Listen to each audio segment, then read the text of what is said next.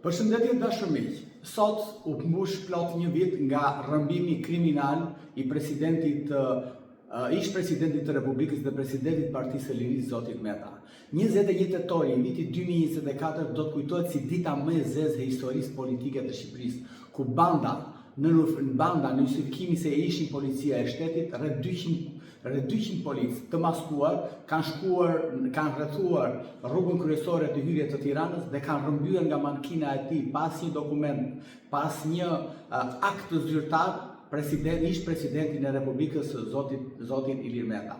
Prej datës 21 tetor 2024, presidenti zoti Meta gjendet në ambientet e paraburgimit. Edhe pse hetimet kanë përfunduar, edhe pse provat janë aty, edhe pse dëshmitarët kanë folur, përsëri zoti Meta duhet të qëndrojë në paraburgim sipas organit procedurës dhe gjykatës. Në 7-8 vite hetime që ka kryer si Prokuroria Kriminale të Rënda dhe tashmë Prokuroria e Posaçme, ka zero prova, zero korrupsion, zero lidhje të ish kryeministit, të ish presidentit, ish kryetarit kuvend dhe ish ministrit në disa poste të ndryshme, lidhje të tij korruptive.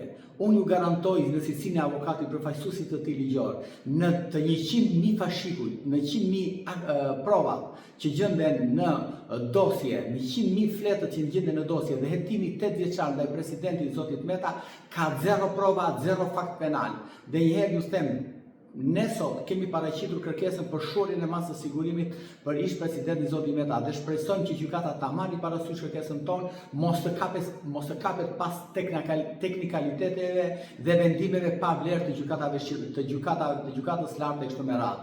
Ne besojmë që sot presidenti i Republikës zoti Ilir Meta, ish presidenti i Republikës zoti Ilir Meta, duhet të lirohet nga ambientet e paraburgimit. Në boll u bë inkuizicion ndaj tij. Boll u hakmor kryeministri Rama me gjithë të enturazhin e tij ndaj ish presidentit dhe presidentit Partisë së Lirisë.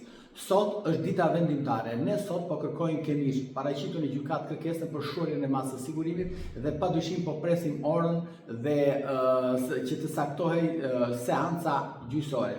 Padyshim që ne jemi të përgatitur për çdo skenar, por skenari më i mirë do ishte ai i shorjes së masës së sigurimit ndaj presidentit dhe ai të fitojë lirinë. Padyshim që ai do t'i nështrohet një hetimi gjyqësor, do jetë aty, do përballet me drejtsinë, sepse në shteti prokuroria speciale pas 8 ditë hetimesh nuk ka provuar dot asnjë fakt penal ndaj tij. E dini sa ka shkuar kostua vetëm e hetimeve për ish presidentin zotin Meta?